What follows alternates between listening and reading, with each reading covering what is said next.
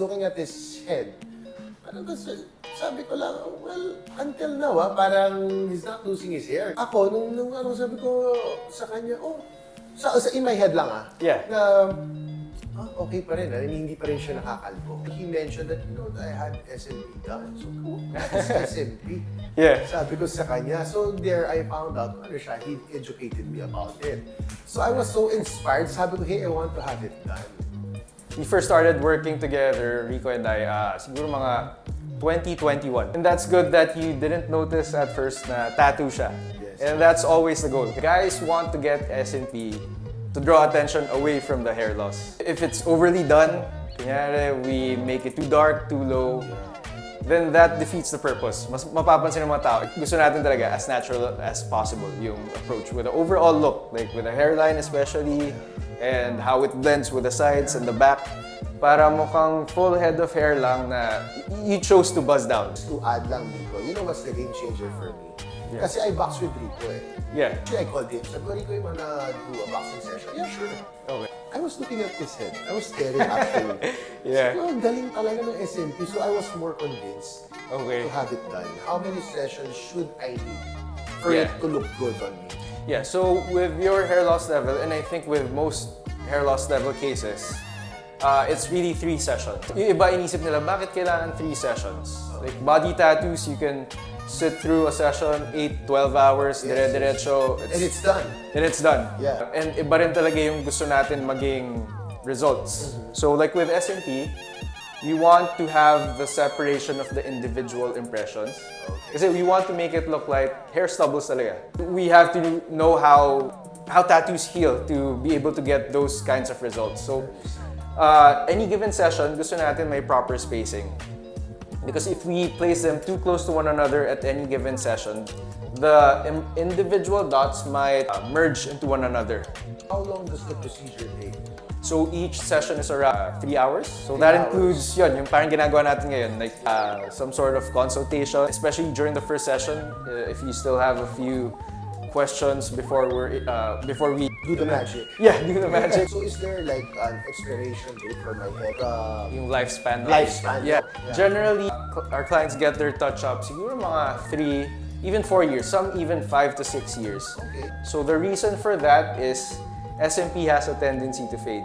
So compare natin siya ulit with body tattoos. So body tattoos, once you get that, for the rest of your life, nandiyan na yan eh. It's forever. Permanent na. Kasi iba yung goal. So Yeah. with body tattoos, you want to make it as saturated as possible. Solid yung lines, solid yung shading, etc. So it's more saturated. Like parang every square inch of skin, it's more packed with pigment. So your body's having a more difficult time breaking it down. Siguro parang a welcome feature of SMP na we'd rather have it fade down the line into a lighter shade of gray. And when it fades, kaya rin maingat yung approach ko kasi I want it to fade uniformly. Ayaw natin siya mag-fade na may patches na mukhang solid pa, may patches na sobrang light. So we want it to be as uniform as possible yung fading down the line. Let's say I have it done already, right?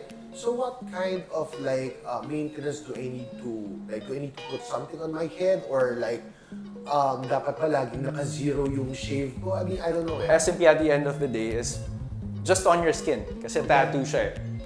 Kaya gusto natin yung pag-maintain, like with your case, yung zero buzz or like using an electric shaver or even a safety razor, any which way you want to maintain the SMP. Kailangan mo siya gawin siguro a couple of times a week. So that week round, blended yung hair stubbles with the overall look. Kasi once you grow it out, that's when you'll see the contrast. In terms of maintaining it, so apart from shaving or buzzing it down regularly, to take care of tattoos kasi, you need to take care of the skin on top of it. So magandang like use a soap that works well with your skin. Basically, hiyang sa skin mo. Magandang addition, mag-moisturize din, and when they're out, like doing outdoor stuff, maganda rin na may sunscreen. So again, the more we take care of the skin, we're better able to take care of the tattoo or SMP in this case. What we'll do now is we'll design the hairline. Okay. So parang which fits me. So for example, let's say it's a natural look or maybe it's a medyo mas pang younger one. Parang ganun ba? Okay.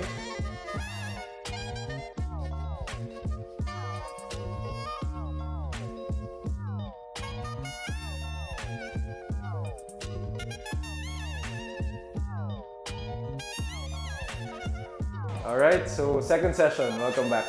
Kamusta naman yung like first few days mo with SMP, and then kamusta rin yung pagka-heal? Like, how did you feel about it? Well, honestly, no, I was expecting na may pain siya. Kasi since syempre, at the end of the day, parang ano pa rin naman siya, parang tattoo. like a tattoo. So we broke through the skin talaga. Yeah. Mga 6 days lang, parang feels normal. Baka inisip din ng mga tao na it's super delicate while it's healing. Although it's not super delicate, may certain level of care pa rin tayong ginagawa.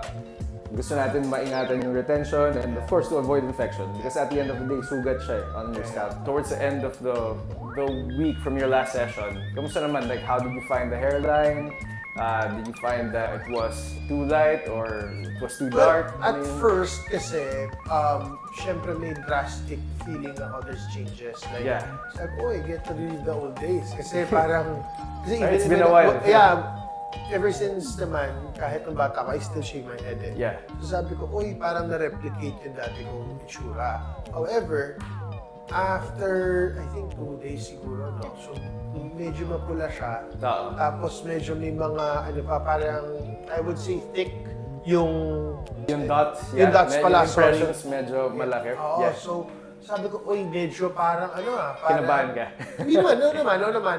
It's more of, my cousins who noticed it. Kasi the other guy kasi nga wants to do an SMP. So sabi niya, ang galing nga, kaya lang medyo may mga ganun pa. Sabi ko, wait for the second session. Sabi ko, and third. Sabi ko sa kanya. So, tapos, syempre, it's growing from the side and sa likod. So with the healing, iiwasan natin mag-shave or mag-buzz for a week. Ngayon, this is my second session. Yesterday ko nakita na, oh shit, yun na pala yung itsura kasi nagpa-shave ako ng buo. So doon ko siya mas na-appreciate actually. I try to brief the clients as much as possible kung ano yung may experience nila all throughout the healing process. Especially right after, may inflammation, red, tapos broken pa yung skin, mukha talagang malalaki yung dots. And especially after the first session na malaki pa yung gaps in between, you can almost isolate the individual dots na medyo, yung sa iba, nagugulat nga sila, like with what happened to you. Tapos yung impressions, along with the inflammation, again, broken pa yung skin, mukha siyang mas malaki. Tapos, you'll notice na nagsosoften din siya. Kasi the skin's peeling over the impressions. Tapos, yung na-mention mo nga rin, kumakapal yung hair, magkakaroon ng contrast. Nagmumukhang light naman after a few days. But when you shave or buzz down again after the healing, magpa-pop out ulit yung hairline na mas lumilitaw na siya. Visible na siya. I'm excited for the second session.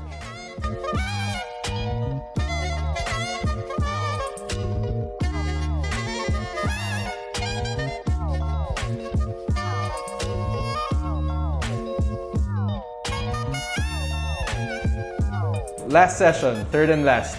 Between the second and the third kasi, parang as much as possible, we put as much time between that. For one, for you to get used to the overall look. Kasi a lot of guys here, when we do their SMP, it's been years since they've had the hairline. So it takes a lot of time to get used to. It will allow us to give the pigment to settle and to heal properly. Para ma-maximize natin yung third session na you can give me feedback kung kamusta siya, like you've observed it long enough na kung may areas of adjustment or parang areas of concern you'd want me to address, at least we can do that for this session. Kamusta naman yung past month with, just 2 sessions pa lang? For me, in reality, yung 2 session is already a good to go. In my opinion. Okay, that's good to hear. Kasi actually most of the people around me are noticing it already. It's not as if I'm telling, look at me, I have something new. Hindi eh. It's more of them noticing, did you have an implant? Sabi, ba't tinubuan ka? Parang ganun. So lagi ko naman sinasabi sa clients natin, every session we do as much work as possible. We want it to be as dark and as prominent as possible. Pero syempre, malaking factor pa rin, dapat natural siya tingnan. Gusto natin mangyari na they think it's hair. Yes. People realizing that it's a tattoo is the last thing we want. Actually, I just have a very short story to tell you, no. I went to the local barber shop, which is my barbero for like almost maybe 15 years. Ito yung exact words niya. Sabi niya, pare, you know, ang galing ng gumawa niyan because I have several clients here now with the same case as you na nagpa-SMP rin. Actually, hindi nga SMP yung term niya eh. Para nagpatato sa ulo, sabi niya gano'n. Halata! Well, honestly, SMP or yun nga, scalp micropigmentation, it's super niche. Parang wala talagang may alam. It's really far from mainstream. So, pag ina-explain natin na... Simplify it. To simplify it, it's basically hairline tattoo. Yes. Pero ayaw natin siya magmukhang tattoo. For myself, just to share lang also, parang hindi ko alam kung kinonvince na siya ng brains ko. Kasi siguro ganun siya ka-realistic. Okay. Kasi not for anything, I respect all kinds of, the one who does it, meaning the artist. But in my opinion kasi, iba-iba siyang style. So there are some guys na gumagawa na parang talagang... Diretso. Oo, kasi nag-research ako abroad in Philippines, you know. So, diretsong ganun. In my opinion, I like this kind of style. Yun yan. Parang it's very natural looking. Yeah, I'm fortunate enough na yung parang fellow practitioners in the industry, internationally, parang they call my hairlines hyperrealistic. Kasi that's what we're trying to replicate. Yung hairline, parang naturally, kunyari, anyone who has a full head of hair, tapos nag-buzz down or nag-shave, hindi perfectly straight across yung hairline. Yung nire-recommend ko talaga sa clients ko, siguro for the vast majority, I always tell them na kung gusto i-approach natin siya naturally, it's gonna age better, it's gonna like blend better with the existing hair. Ako, one thing that I can advise also, no, in case of some people who would want to do this, sabihin ko nga, don't overthink. Kasi ako, before I did it, sobrang overthink ko. Parang, di ba, I keep on asking you, what's gonna happen if I do this? Pag nag-shave ako, baka magmukhang ano. Yeah. But you know what? At the end of the day, you just do it. I feel more confident about it and I think mag-cap bonnet. That's my opinion. 2 sessions, you can probably live with it. Yeah. 3 sessions, may improve pa tayo and why not? Parang kung may improve pa tayo, let's do it.